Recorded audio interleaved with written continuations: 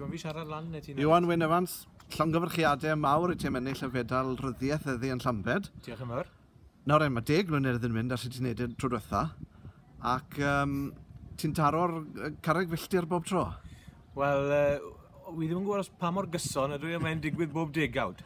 Wi ddim yn gwybod a fydd e'n digwydd ymhen degawd to, wi ddim yn credu hynny am eiliad, ond na, mae'n braf iawn iawn I ennill yn enwedig ar achlysur hanner canfed Steddfod. Nawr, dau ddarn o ryddiaeth ar ffurfiau gwahanol, testyn lleidir neu lladron o ti'n sôn amdano. Beth oedd cefndir hyn I ti? Y darn cynta yn darn stori fer oedd honno, a stori fer wedi cael ei sgwennu o perspektif merch fel mae'n digwydd bod. A'r ferch a'i thad yn dioddau o dementia a'r cyflwr yn ymlygu hunan fwy dros yr wythnosau ar misodd ac yn cael y diagnosis wedyn mai vascular dementia oedd yn bod, oedd y clefyd, oedd y tad yn dioddau honno fe. Ac yn sgil hynny wedyn, mateb y ferch ag ati a berthynas rhwng y tad a'r ferch yn newid wrth gwrs.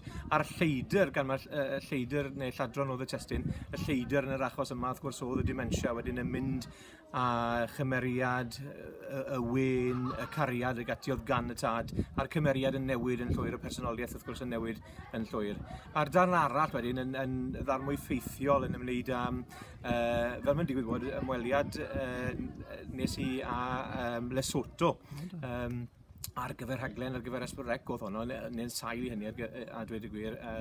A'r lleidr yn fanna wedyn oedd y sychder, oedd yn mynd â bywoliaeth, cnydau ac yn y pen draw wrth gwrs bywydau pobl yn Lesotho sy'n adnabyddu sy'n bawb falle fel gwlad sydd wedi gyfeillio â Chymru hefyd, felly oedd yna gysylltiad â Chymru ynglwm â'r holl beth hefyd. Bydde pobl yr ardal hon yn gyfarwydd â thwyneb ti, ond gweithio ni beth yw'r dylanwad sydd arna ti o ran codi pen I bapur?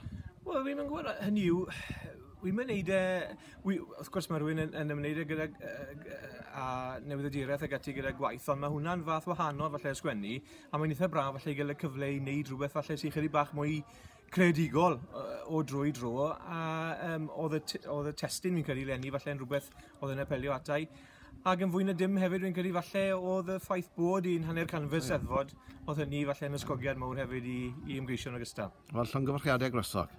Diolch o galon.